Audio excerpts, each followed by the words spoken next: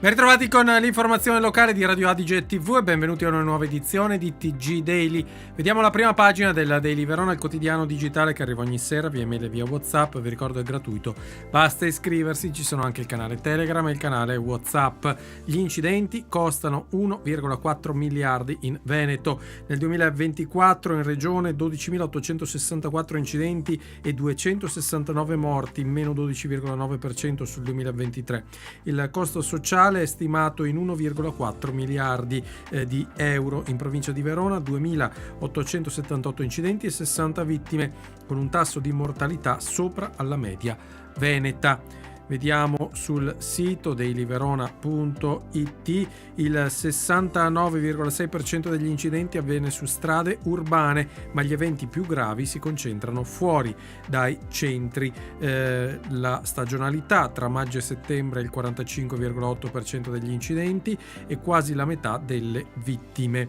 I dati appunto arrivano dal rapporto dell'Istat.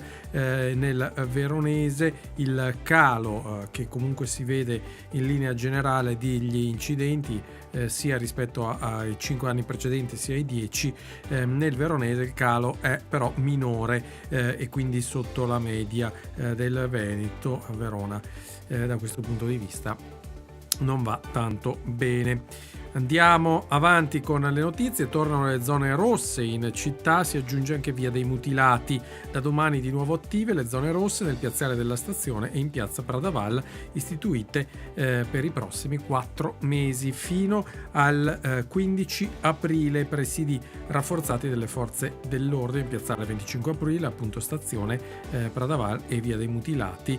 Quest'ultima è una novità, non sono una novità appunto in questa zona gli episodi di criminalità.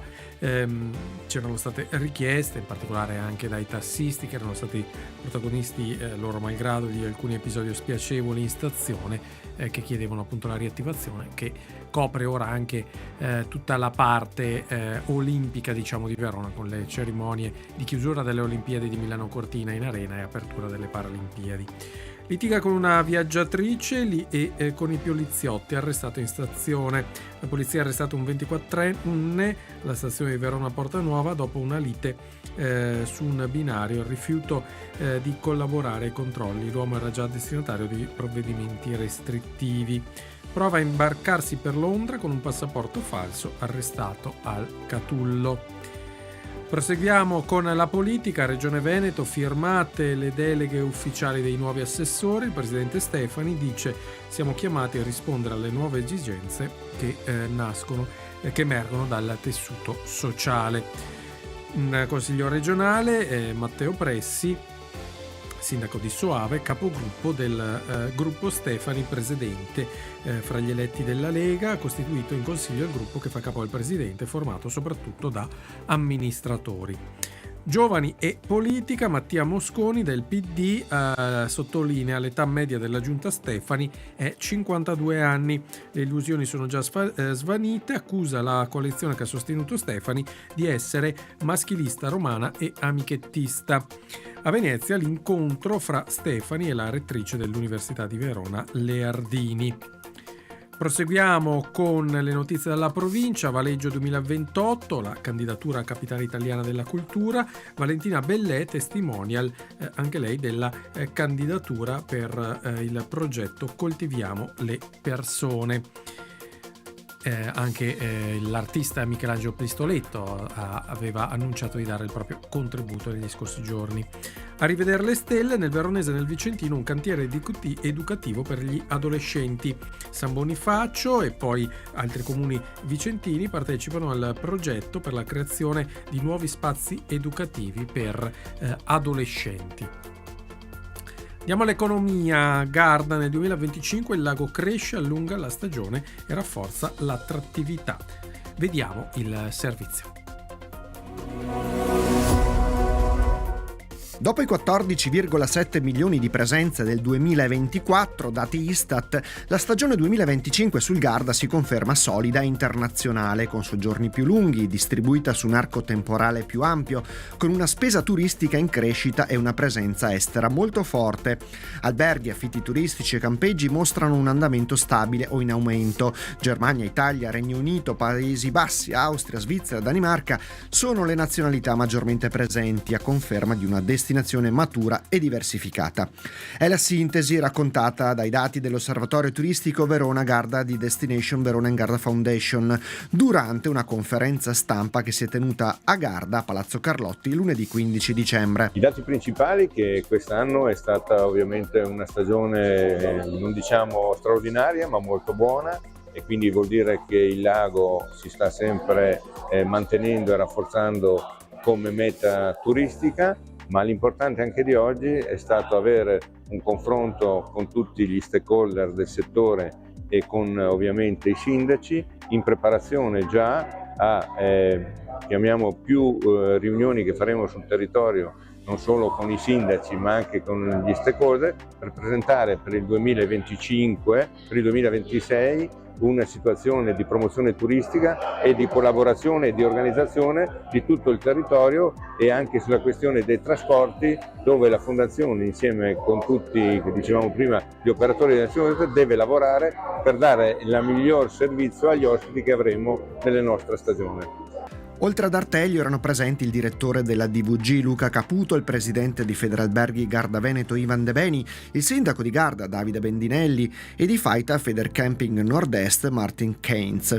La stagione si era aperta con titoli sulla presunta emergenza overtourism. Pochi mesi dopo la narrazione si era capovolta, ne usciva un lago improvvisamente svuotato, un mercato tedesco quasi sparito e un calo drastico della spesa. L'analisi integrata di H-Benchmark, Lighthouse e Mastercard smentisce con chiarezza entrambe le letture, mostrando una destinazione equilibrata, sostenuta da una componente estera ampia e da una dinamica economica complessivamente positiva. Oggi il tema importante è quello che abbiamo voluto affrontare, il tema è intanto una metodologia che ci permette oggi di avere dati certi, condivisi, per una sensibilizzazione alla responsabilità di quello che viene comunicato, e quindi in questo, ripeto, dico ancora grazie alle categorie, a Federalberghi Garda e Faita, che ci aiutano proprio in questo percorso di responsabilità.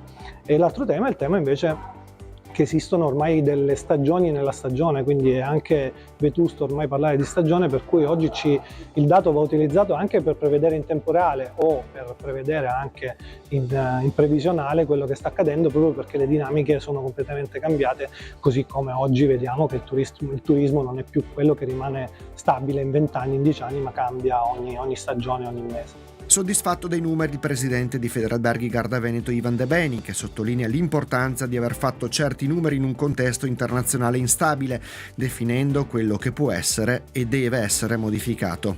Sicuramente dobbiamo valutare se è meglio fermarci, lavorare sulla qualità, selezionare nuovi mercati o piuttosto investire con quelli che normalmente lavoriamo, e eventualmente creare una sinergia su quello che è l'aspetto del turismo collegato alla promozione, in maniera anche di gestire degli eventuali picchi, come succede ogni tanto durante l'estate, che viene erroneamente etichettata come overtourism. Anche la neoeletta consigliera regionale Claudia Barbera, in attesa di ufficialità, assieme a diversi sindaci del territorio. Ho scelto di esserci perché è importante continuare un processo di ascolto, perché non c'è un minuto da perdere per lavorare tutti insieme per far sì che il turismo possa crescere anche e soprattutto sul lago e possa crescere in maniera sostenibile. C'è tanto lavoro da fare con i sindaci, con le istituzioni, tra istituzioni, ma anche e soprattutto con le associazioni di categoria e con tutti gli operatori turistici, e per cui ci ho tenuto davvero a essere qui per continuare a prendere appunti su tutte le istanze da portare in regione, nella nostra provincia di Verona. E proseguiamo con Vecomp, che diventa B Corp. Tecnologia e sostenibilità sono il cuore dell'azienda. La software house ottiene la certificazione internazionale che premia l'impatto positivo su persone, comunità e ambiente. Proseguiamo con le pagine dello sport. Trovate oggi l'intervista a Giuseppe Galderisi. A Verona ho trovato l'America, dice nell'ultima puntata di Pallalunga e Raccontare. Verona Christmas Run, torna la corsa dei Babbi Natale domenica 21 dicembre. Corsa o camminata natalizia di 5-10 km tra le vie del centro storico con migliaia di Babbi Natale al via. Il Chievo Verona ha esonerato mister Fabrizio Cacciatore, 3 sconfitte consecutive e contatto perso con la vetta della classifica. Domenica c'è in programma una trasferta a Pavia. Spettacoli, eventi, cultura. Natale a Verona, i droni illuminano il cielo sopra l'arena. Uno spettacolo di droni, musica e luci ha animato il cielo dell'arena nell'ambito del progetto Natale Diffuso. L'evento tornerà in scena anche il 20 dicembre. Paganini Paradise, il genio virtuoso tra musica, tecnologia e sublime, un concerto immersivo che debutta in arena il 18 agosto 2026, reinterpretando Paganini in chiave contemporanea tra visione tridimensionale e grande musica sinfonica. Come sempre sul Daily trovate i consigli cosa fare a Verona e provincia domani, mercoledì 17 dicembre, che è anche il giorno in cui esce il nuovo numero del Verona Eventi. Con questo si chiude l'appuntamento di oggi con il TG Daily. Vi ringrazio per averci seguito. Buon proseguimento con Radio Adige TV e tutti i canali Verona Network.